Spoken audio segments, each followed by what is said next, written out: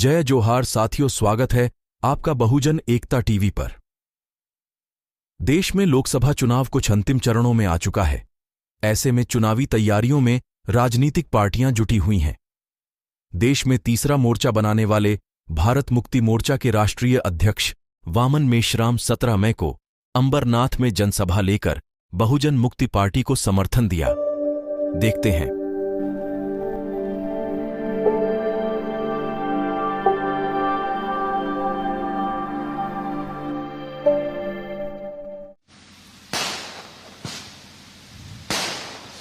या पक्षातर्फे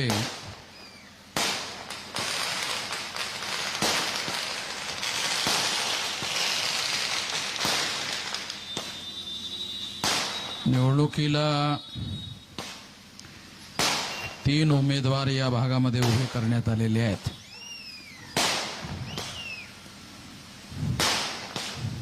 त्यापैकी भिवंडी लोकसभा मतदारसंघामध्ये सौभाग्यवती रंजना रवी त्रिभुवन, त्यानंतर कल्याण मतदारसंघामध्ये सौ प्राजक्ता निलेश येलवे, त्यानंतर ठाणे लोकसभा मतदारसंघामध्ये ॲडव्होकेट चंद्रकांत सोनवणे असे 3 उमेदवार उभे करण्यात आलेले आहेत। बहुजन मुक्ती पार्टीच्या माध्यमातून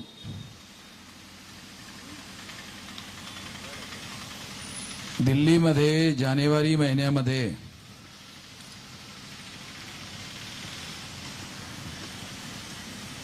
विविध अनुसूचित जाती, जनजाती, अदर बॅकवर्ड क्लास आणि मायनॉरिटी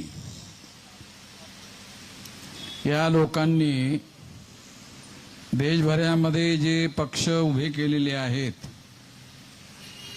त्यापैकी 83 पक्षाचे कार्यकर्ते दिल्लीमध्ये झालेल्या बैठकीमध्ये उपस्थित होते। ते पक्ष छोटे छोटे पक्ष आहेत।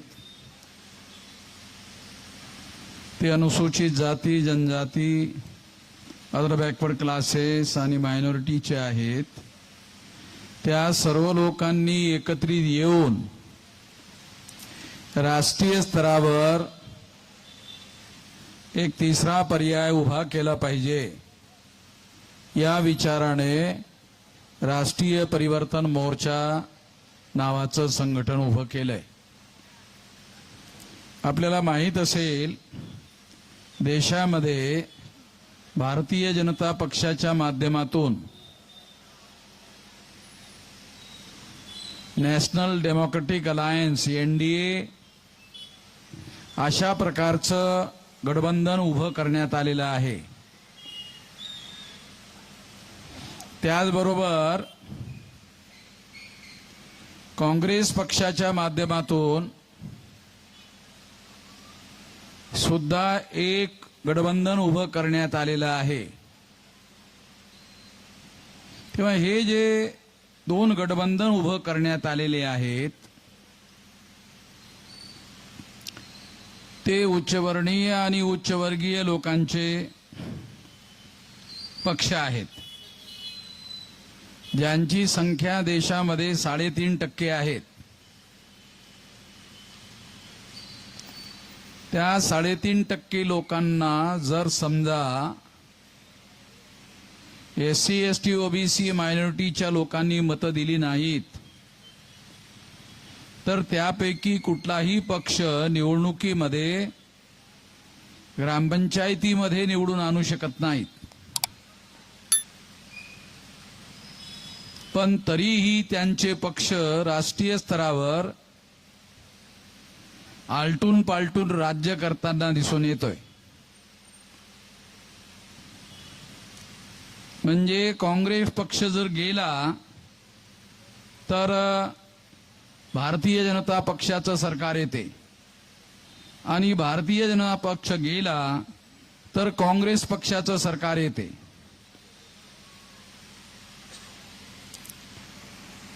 तेव्हा काँग्रेस पक्षाचं बांधणी 1885ला चटर्जी, मुखर्जी, बॅनर्जी, गोखले, तिलक, आगरकर या ब्राह्मण लोकांनी केली.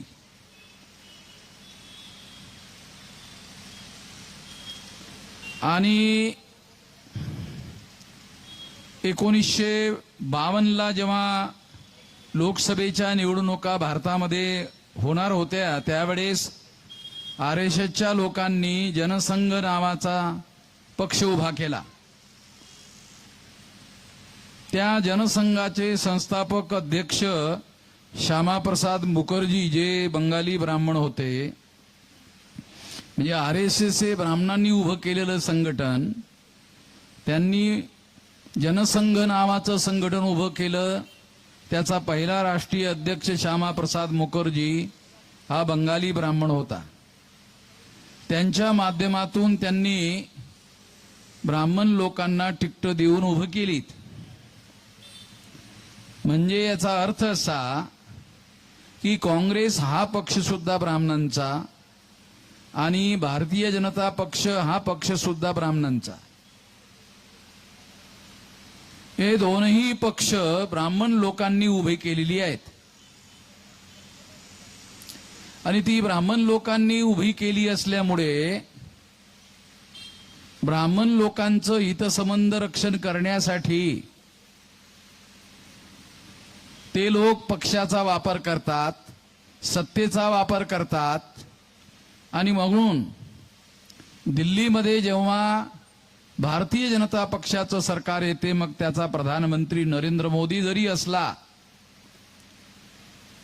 आता नरेंद्र मोदी हे ओबीसी समाजातील समूह गटाचे व्यक्ती आहेत,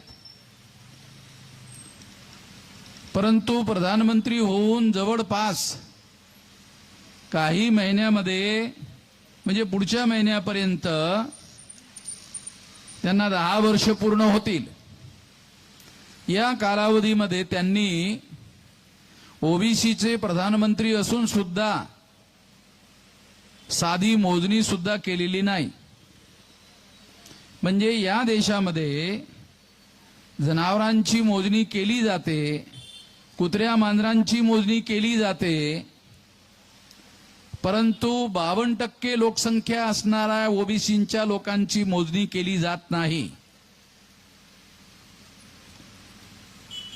मागच्या काही कालावधीमध्ये नितीश कुमार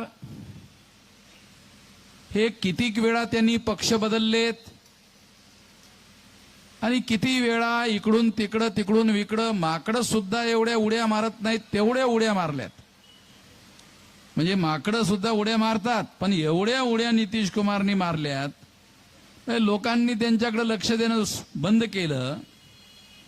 त्या नितीश कुमारनी जेव्हा लालू प्रसाद यादवच्या मदतीनं ते तिथले मुख्यमंत्री झालेत आणि त्यावेळेस त्यांनी बिहारच्या जनसंख्येची मोजणी केली, तेव्हा असं लक्षात आलं की ओबीसींची जनसंख्या बिहारमध्ये 64% आहे.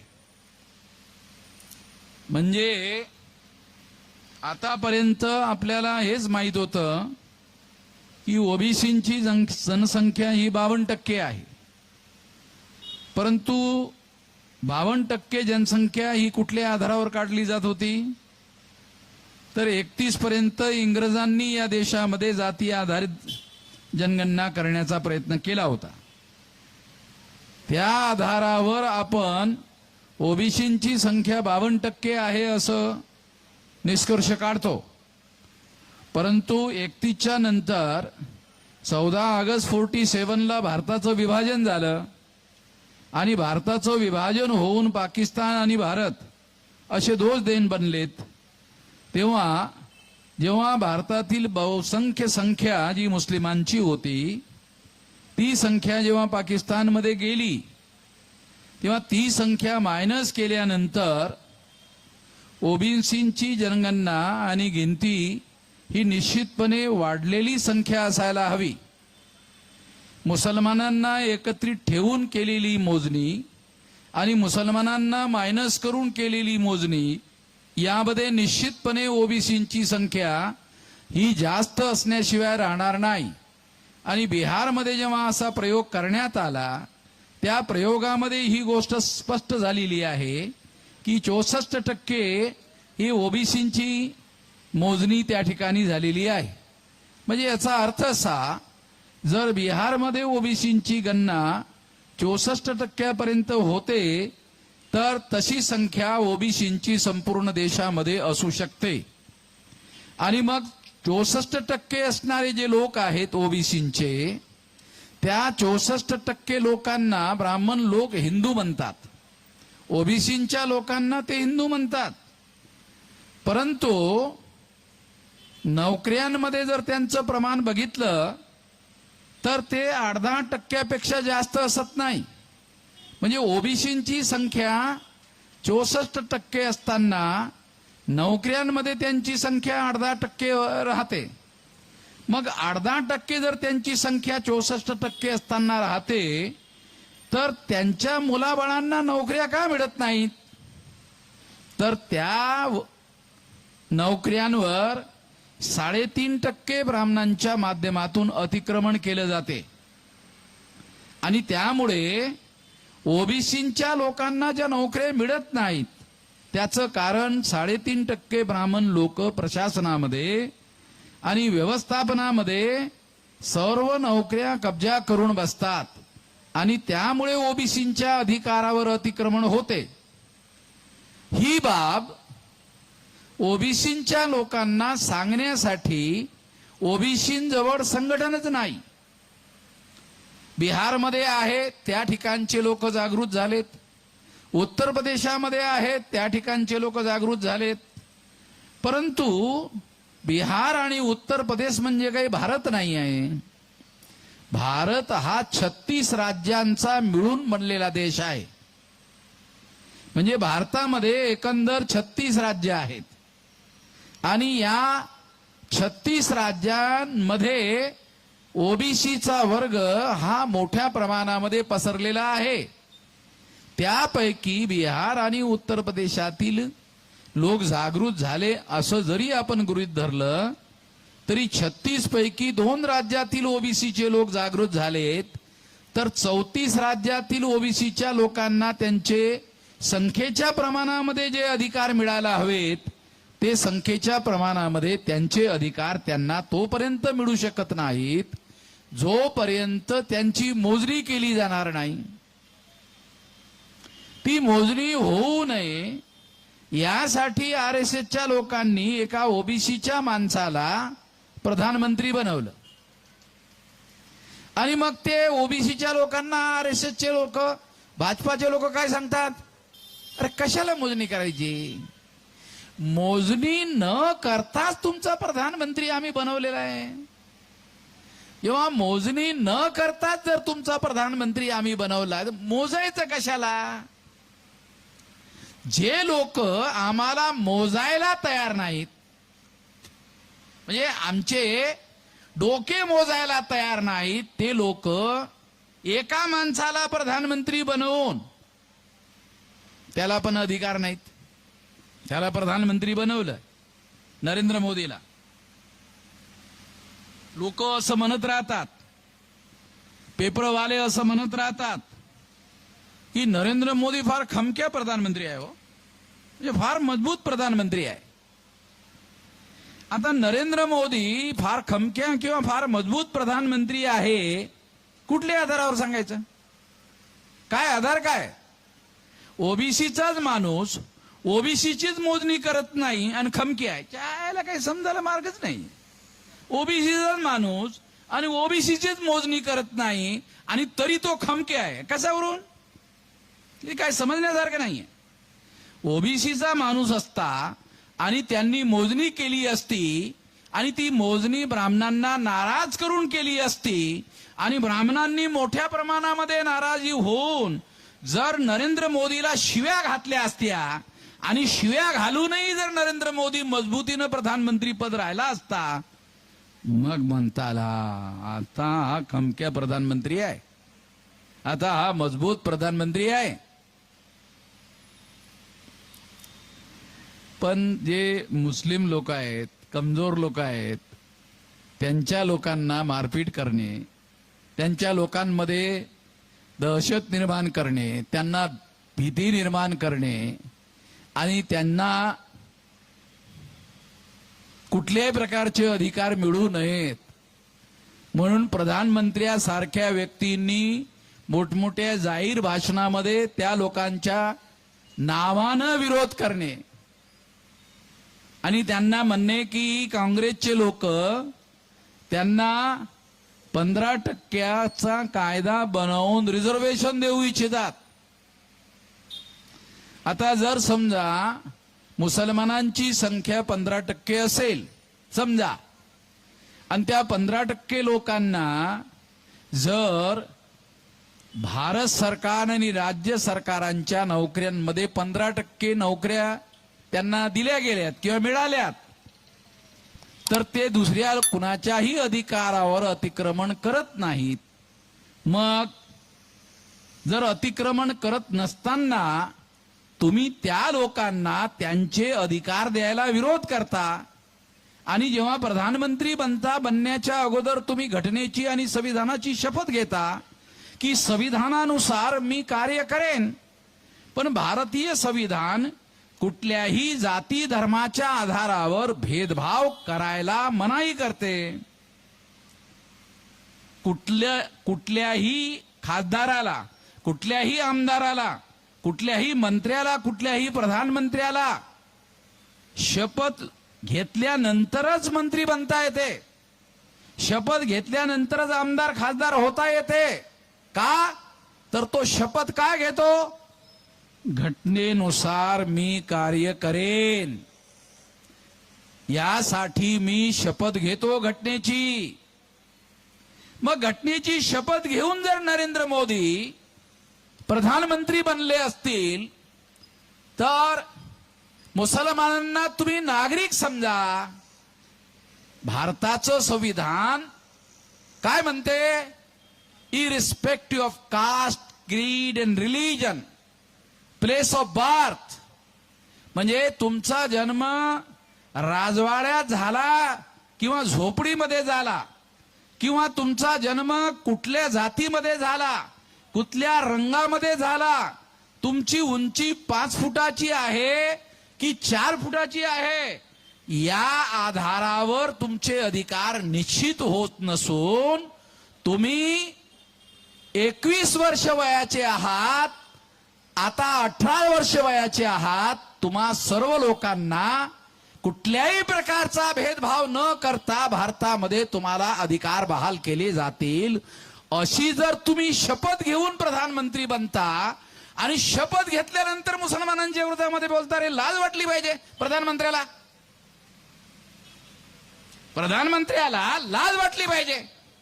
तुम्ही शपथ घेता आणि शपथ घेऊन घटनेच्या विरोधामध्ये बोलता.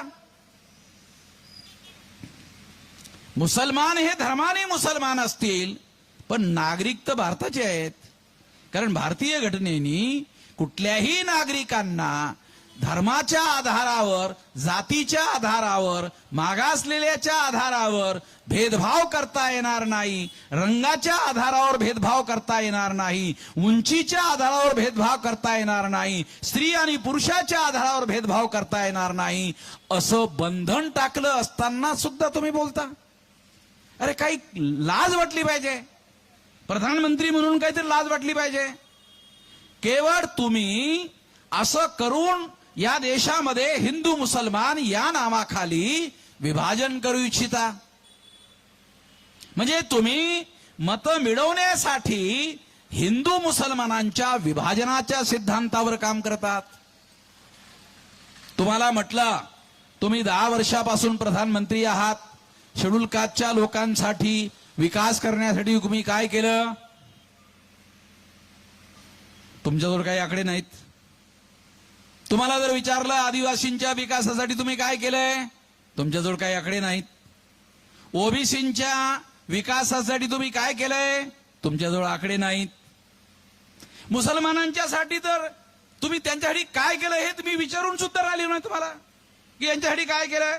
अरे थोडा मुसलमानांसाठी तुम्ही काही केलं नाही ठीक आहे, पण ज्यांना तुम्ही हिंदू म्हणता, ज्या SC ST OBCंना तुम्ही हिंदू म्हणवता की हे हिंदू आहेत, अरे त्यांच्यासाठी काय केलं?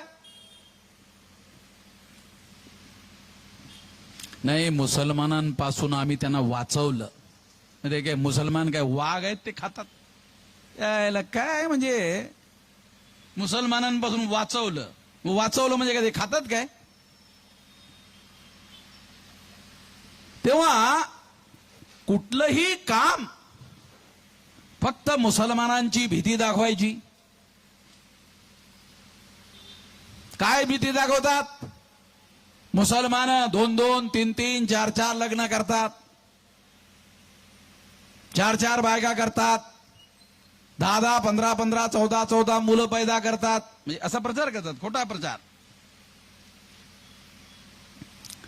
भारत सरकारची आकडेवारी उपलब्ध आहे. त्या आकडेवारीच्या आधारावर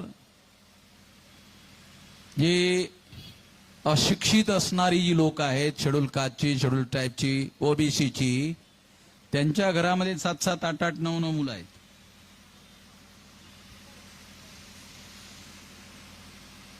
आता इतक्यामध्ये शिकलेले लोक जे आहेत ते थोडंसं मुलं बाळ जरा कमी पैदाला घालतात. गावामध्ये त्यांना विचारलं कशाला ही संख्या वाढून राहिले? ते म्हटले ते 8-10 वर्षाचं झालं की कमाई करते. गावामध्ये असं बोललं जातं नाही, काल्पनिक गोष्टी सांगितलं तुला. म्हणजे ह्या गोष्टी काल्पनिक नाही सांगून राहिलो. गावामध्ये लोक म्हणते 8-10 वर्ष झालं की कमाई सुरू करते. म्हणजे आम्हाला घरामध्ये जे आम्ही मुलं पैदा करतो ते रोजगाराचं साधन आहे. जेवढे घरामध्ये 8-10 असतील सर्वचे सर्व कामाला जातात. शेतीमध्ये कामासाठी काही 18 वर्षाचं वय असणं आवश्यक नाही. शहरामध्ये 18 वर्षाचं वय पाहिजे. तेव्हा मुसलमानांच्या घरामध्ये जास्त संख्या पैदा घातली जाते. भारत सरकारची जे आकडेवारी आहे रेकॉर्डमध्ये, त्यामध्ये मुसलमानांच्या घरामध्ये जेवढी संख्या नाही त्यापेक्षा SC ST OBCच्या लोकांच्या घरामध्ये संख्या आहे. ह्याचे आकडे भारत सरकारच्या रेकॉर्डमध्ये उपलब्ध आहेत. मग हे सर्व आकडे नरेंद्र मोदीला माहीत असताना, प्रधानमंत्री आहे त्यांना माहीत नाही असं म्हणता येत नाही. मग माहिती असताना खोटा प्रोपगंडा आणि खोटा प्रचार का करतात? खोटा प्रचार करतात, खोटा प्रोपगंडा करतात. आणि खोटा प्रोपगंडा का करतात? कारण खोटा प्रोपगंडा केल्यामुळे हिंदू मुसलमान करता येतं. कारण SC ST OBCचे लोक काही बीजेपीला मतदान द्यायला तयार नाहीत. लक्षात घ्या, SC ST OBCचे लोक SC ST OBCच्या नावावर काही बीजेपीला मतदान द्यायला तयार नाहीत. पण त्याच SC ST OBCला जर हिंदू बनवलं आणि त्यांना सांगितलं की तुमचा शत्रू मुसलमान आहे,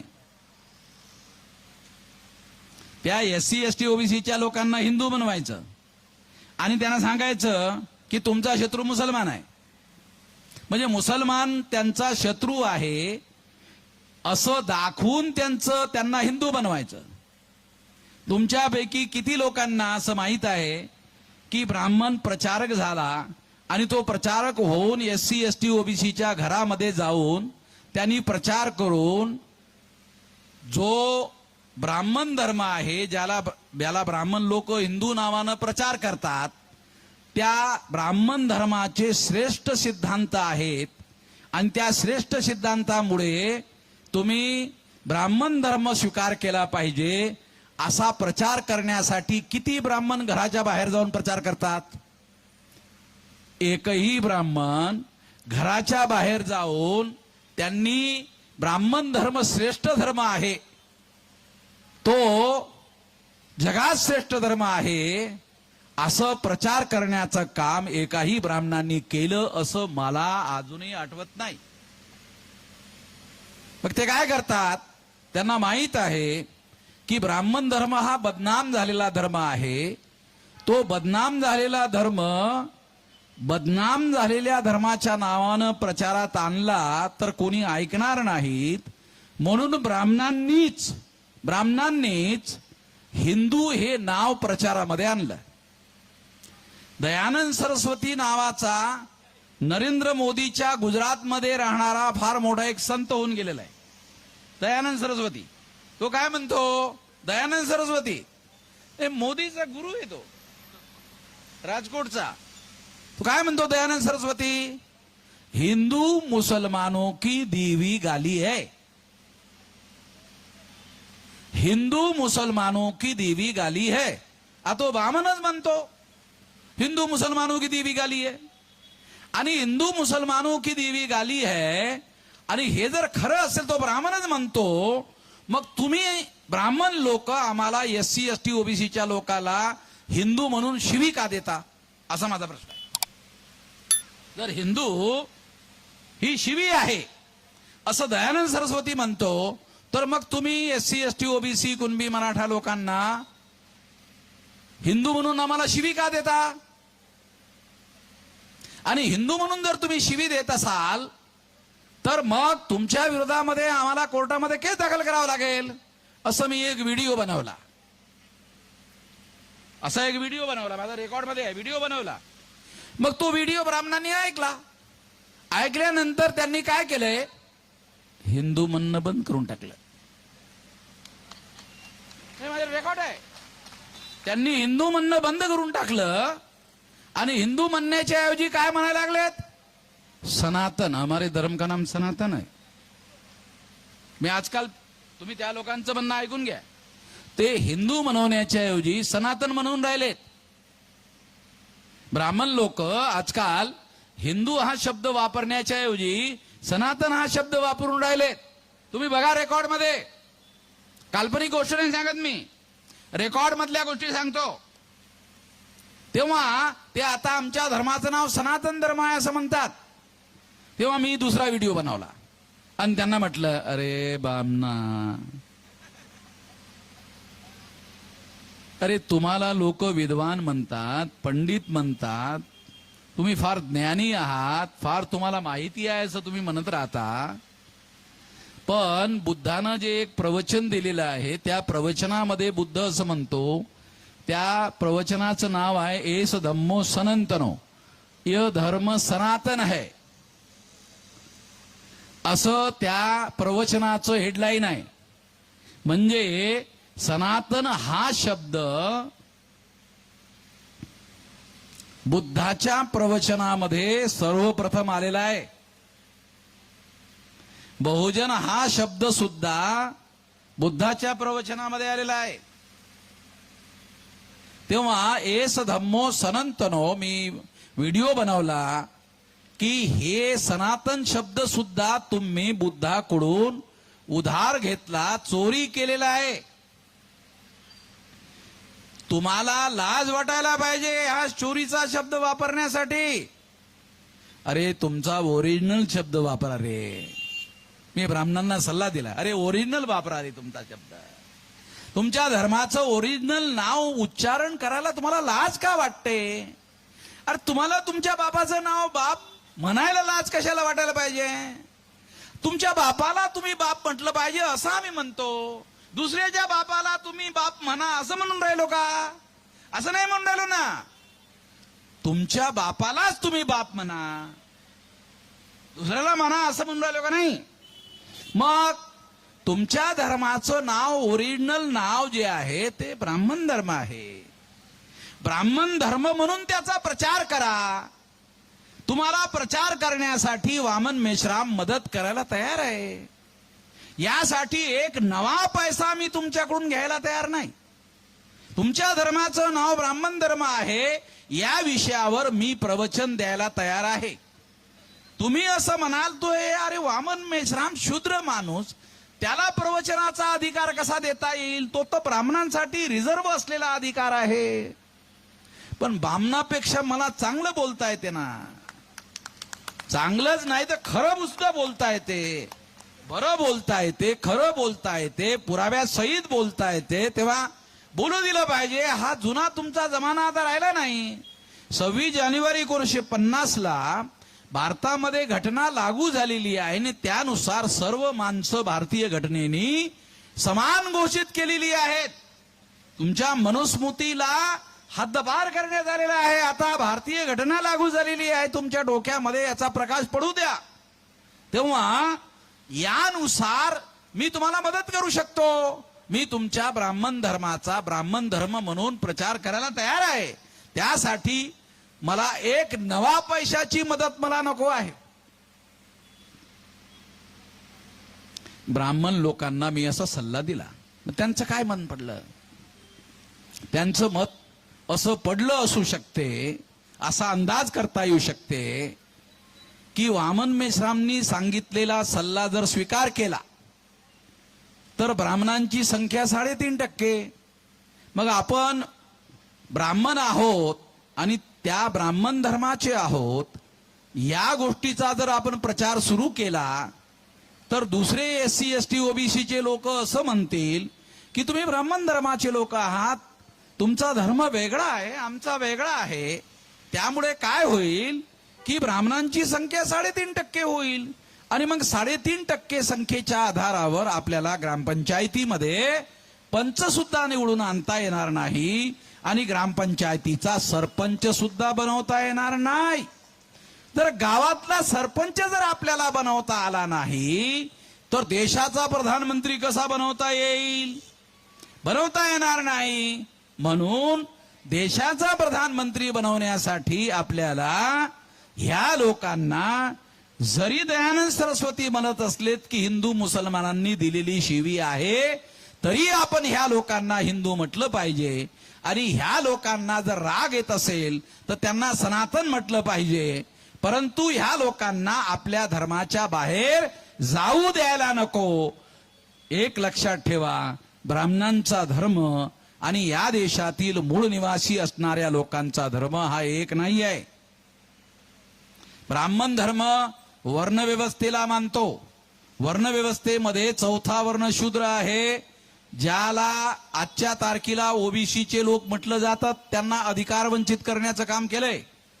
त्याचबरोबर या धर्मामुळे अनेक कोटी लोक हे अस्पृश्य बनवण्यात आले. अनेक कोटी लोकांना जंगलामध्ये राहण्यासाठी मजबूर करण्यात आलं. ते आदिवासी लोक आहेत, क्रिमिनल ट्राईब्स लोक आहेत, ज्यांना अपराध करून उदरनिर्वाह चालवावा लागलेला आहे. तेव्हा ते लोक या धर्माला आपला धर्म कसला म्हणतील? कुठल्या आधारावर म्हणतील की ह्यानी तर आम्हाला ह्या वाईट परिस्थितीमध्ये आणून सोडलेलं आहे? तेव्हा ही बाब मी तुम्हाला यासाठी समजावून सांगत आहे की या लोकांचे पक्ष, मग तो काँग्रेस असो की बीजेपी असो, हे याच लोकांचे पक्ष आहेत. त्यांची संख्या 3.5% आहे.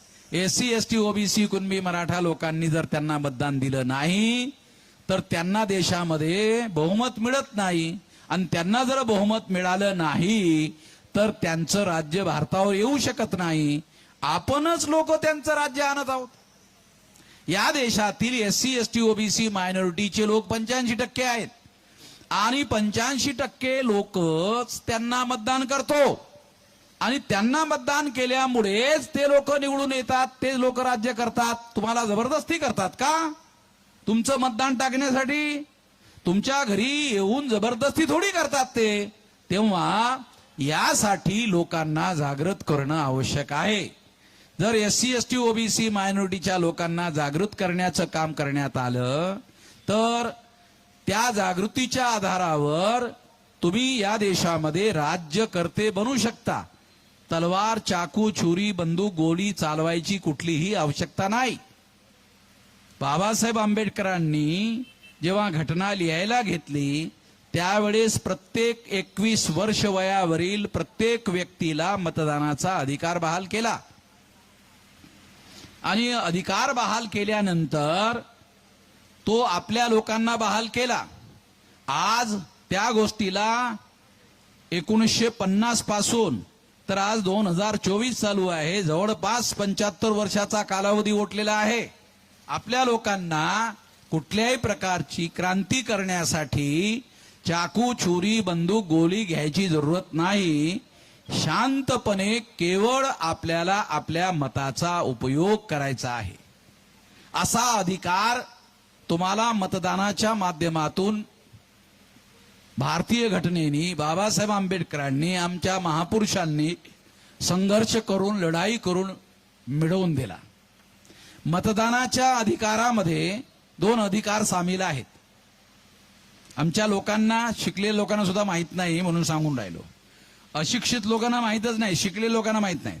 मतदानाच्या अधिकारांमध्ये 2 अधिकार सामील आहेत. 1 शासक निवडणे, 2 शासक बनणे. मतदानाच्या अधिकारामध्ये 2 अधिकार सामील आहेत, शासक निवडणे आणि शासक बनणे. तर 82 पर्यंत म्हणजे 84 पर्यंत आपल्या लोकांनी दुसऱ्याला शासक निवडण्याचं काम केलंय आणि 84 ला मान्यवर कांशीरामजींनी बहुजन समाज पार्टी बनवली. आणि त्या वेळेस त्यांनी भाषण करताना सांगितलं की यापूर्वी तुमच्याजवळ पर्याय नव्हता, आता हा बहुजन समाज पार्टी हा पर्याय तुम्हाला देण्यात आलेला आहे. आजपर्यंत तुम्ही दुसऱ्या लोकांना शासक निवडण्याचं काम केलंय, परंतु तुम्ही इथून पुढं दुसऱ्या पक्षाच्या लोकांना शासक निवडण्याचं काम करू नका. हा पक्ष मी तुम्हाला शासक बनवण्यासाठी बनवलेला आहे. शासनकर्ती जमात बनणे हे आमचं उद्दिष्ट आहे, हे जे बाबासाहेब आंबेडकर म्हणाले होते, त्यासाठी हा पक्ष मी बनवलेला आहे असं कांशीरामजींनी 84 ला सांगितलं की शासनकर्ती जमात बनवण्यासाठी मी हा पक्ष बनवला. आणि त्यांनी असं केवळ घोषित केलं नाही, तर उत्तर प्रदेशासारख्या सर्वात मोठ्या राज्याचं मायावतीला 4 वेळेला मुख्यमंत्री बनवलं. म्हणजे ते तुम्हाला फक्त सांगत नाही राहिलेत असं केलं पाहिजे, असं करून दाखवलंय. करून कसे तरी दाखवलंय, हे आम्ही असं करू शकतो यावरच आमच्या लोकांचा विश्वास नाहीये. आपला राज्यकर्ता आपण या देशामध्ये निवडू शकतो. अरे 100 पैकी 85 मतं आमची आहेत. मागच्या लोकसभेच्या निवडणुकीमध्ये नरेंद्र मोदीला 37.7% मतं मिळाली. 37.7% मतावर नरेंद्र मोदींनी 303 जागा जिंकल्यात. आपल्या SC ST OBC मायनॉरिटींची मतं किती? 100 पैकी 85. मोदींनी त्यापैकी 37.7% मिळवलेत आणि तो देशाचा प्रधानमंत्री 303 जागेवर झाला. म्हणजे 37.7% मतावर 303 जागा मोदींनी मिळवल्यात. आपण का नाही मिळू शकत? जे मोदींनी मिळवलंय ते आपण का नाही करू शकत? आणि प्रधानमंत्री बनवण्यासाठी 303 जागाची सुद्धा जरूरत नाहीये, 272 जागांची जरूरत आहे.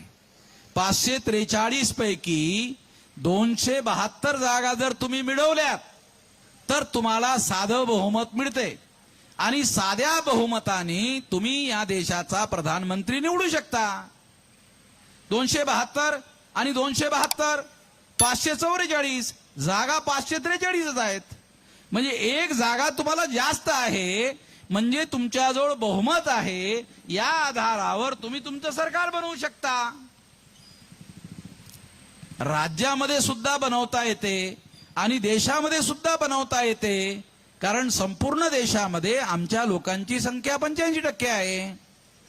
तेव्हा या मताचा शांतपणे विचार करून उपयोग करायचा आहे.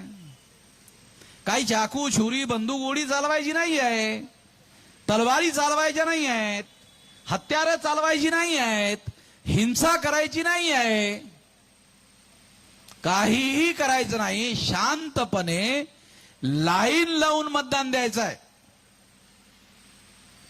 आपण अशा पद्धतीनं schedule caste, schedule tribe, OBC आणि मायनॉरिटी या 4 मोठ्या सामाजिक समूहांची संख्या 85% आहे. आणि निवडणुका जिंकण्यासाठी 37.7% मतं मोदीला मागच्या वेळेस मिळालीत. आणि ट्रायअँगल जर निवडणुका होत असतील, ट्रायअँगल म्हणजे BJP versus Congress, Congress versus BJP, हे 2 अँगल आहे. आणि आपण जर ट्रायअँगल मध्ये तिसरा पक्ष उभा केला तर या 3 लोकांनी मिळून जर सक्षमपणे निवडणुका लढवल्यात तर त्यासाठी केवळ 33-34% मताची जरूरत आहे. 33-34% जर मतं तुम्हाला मिळवली तर तुम्हाला तुमचं बहुमत मिळवता येते आणि त्या पद्धतीनं आपल्याला सरकार बनवता येऊ शकते. तेव्हा त्यासाठी आपण काय केलं पाहिजे? शेड्यूल कास्टच्या बहुसंख्य लोकांमध्ये जाऊन जागृती केली पाहिजे की तुम्हाला चाकू, छुरी, बंदूक, गोली काही चालवायची नसून फक्त मतदानाचा उपयोग करायचा आहे. त्यानंतर शेड्यूल ट्राईबच्या आदिवासी लोकांना समजावून सांगायचं आहे. त्यानंतर नॉमेडिक ट्राईबच्या लोकांना समजावून सांगायचं आहे. त्यानंतर एमबीसीच्या लोकांना समजावून सांगायचं आहे. त्यानंतर ओबीसीच्या लोकांना समजावून सांगायचं आहे. त्यानंतर मायनॉरिटीच्या लोकांना, मुस्लिम, शीख, ईसाई, बुद्धिस्ट, जैन, लिंगायत लोकांना समजावून सांगायचं आहे. जर तुम्ही हे समजावून सांगण्याचं काम केलं आणि फक्त 34-35% लोकांना सांगण्यात यशस्वी झालात आणि त्यांची मतं जर मिळवण्यामध्ये यशस्वी झालात, 100% लोकांना जरी तुम्ही समजावून सांगण्यात यशस्वी झाला नाहीत तरी तुम्ही या देशामध्ये तुमचं राज्य निर्माण करू शकता.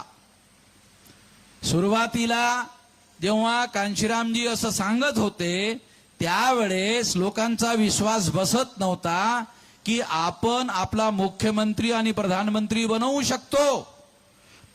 विश्वास बसत नव्हता. पण जेव्हा कांशीरामजींनी मायावतीला 4 वेळा उत्तर प्रदेश सारख्या राज्याचं, सर्वात मोठं राज्य, ज्या राज्यामधून 85 खासदार निवडून जात होते, त्या ठिकाणी मुख्यमंत्री 4 वेळ बनवलंय. आणि जोपर्यंत कांशीरामजी जिवंत होते तोपर्यंत पत्रकारांना असं लिहावं लागत होतं की प्रधानमंत्री पदासाठी अनेक उमेदवारांची नावं चर्चेला आहेत, त्यामध्ये एक नाव कांशीरामजींचं पण आहे. बनले की नाही बनले वेगळी गोष्ट आहे, पण जोपर्यंत जिवंत होते तोपर्यंत कांशीरामजींचं नाव प्रधानमंत्री पदासाठी घेतलं जात होतं.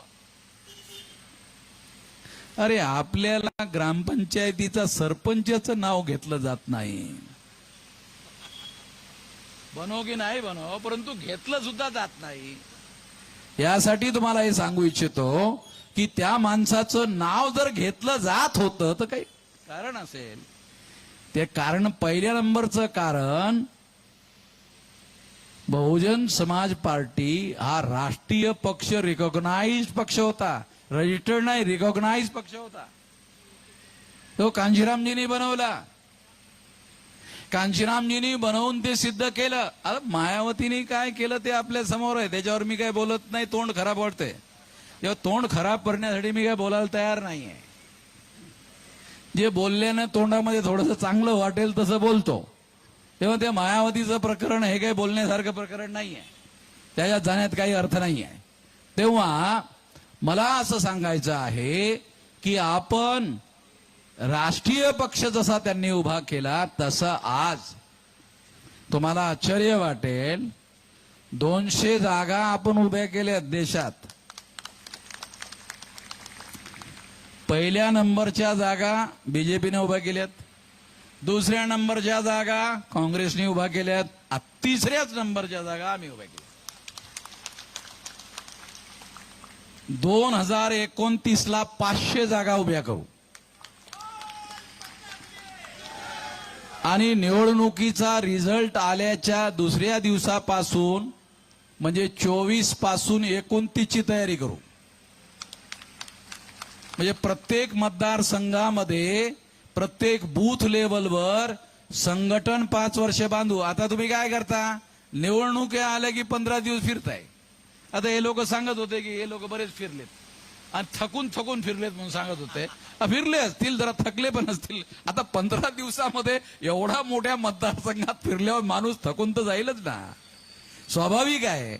परंतु 5 वर्षपर्यंत जर आपण 12 ते 15 लाख बूथ, आमच्याजवळ आज देशामध्ये 32 राज्यामध्ये 625 जिल्ह्यामध्ये संघटना आहे आणि येत्या 30 पर्यंत जेव्हा ह्या निवडणुका होतील तोपर्यंत 6 लाख गावापर्यंत हे संघटन पोहोचवण्याची आमची योजना आहे.